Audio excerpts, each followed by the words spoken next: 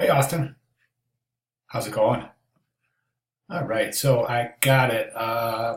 This was a little unclear. Wow, that hotkey really made it so much easier to forget that shadow, that show. I think you meant shadow, right? Because it took me a second to try to figure it out, but I'm thinking you're saying shadow.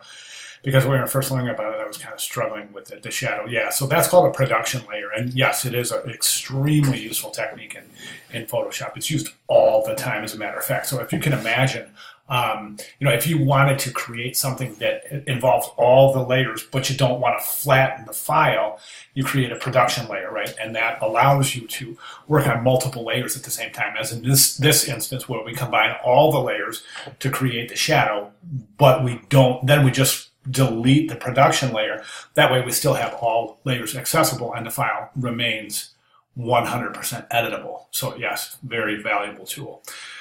Let's go ahead and take a look at the composition. You're looking good. I've checked your masks. Well, the first thing in my hit list here, of course, is image size. We go over to image size and we can see that you are at 8 by 10 at 300 ppi. That's fantastic.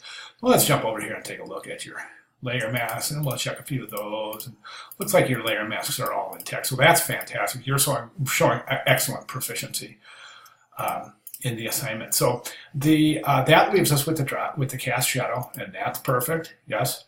And then your background layer looks fantastic as well. So all is well, right?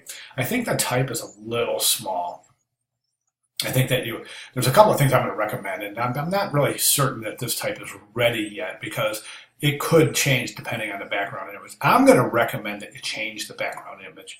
And the reason being is because Garbage Dump Dan doesn't really conceptually fit on a country road.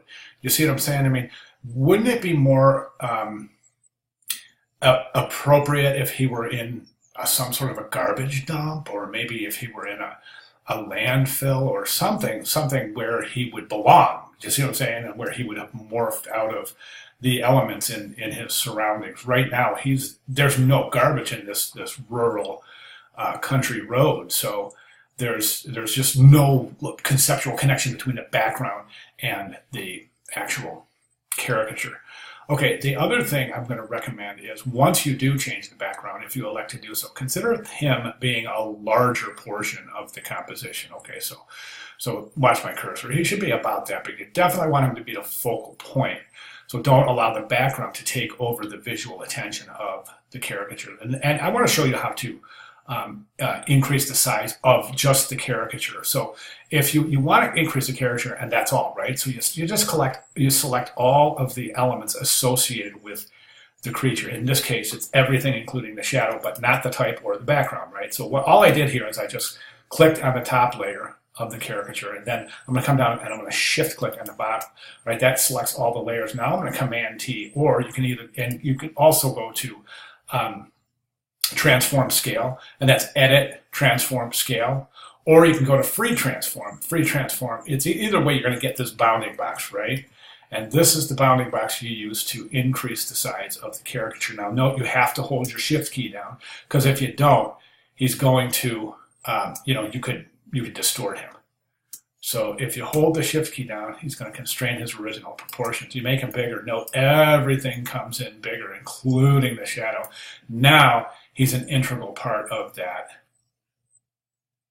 composition. I'm going to OK that, because this next demonstration, I want you to be able to see it very closely. So let's go ahead and select out of there. Let's go to the right arm here. I want to show you something. Okay, so this right arm, we can add individual adjustment layers to the layers. So let's go down here and let's add a levels adjustment layer so you can see how this works. Now, if I adjust this right now, it's going to adjust everything below it, right? So for that reason, this is review. So we're just going to create a clipping mask. Once the clipping mask is created once the adjustment layer is created and clipped to the layer we want to adjust, we can go ahead and make those adjustments. So, and to do that, we just go to our properties panel, which I can't see right now. So I'm going to go to the window menu across the top of the screen and select properties. And that'll bring up that properties panel. And in this case right now, we can go ahead and darken up those grapes. Look at that. Look at that. Isn't that beautiful? Look at the contrast coming out of those grapes.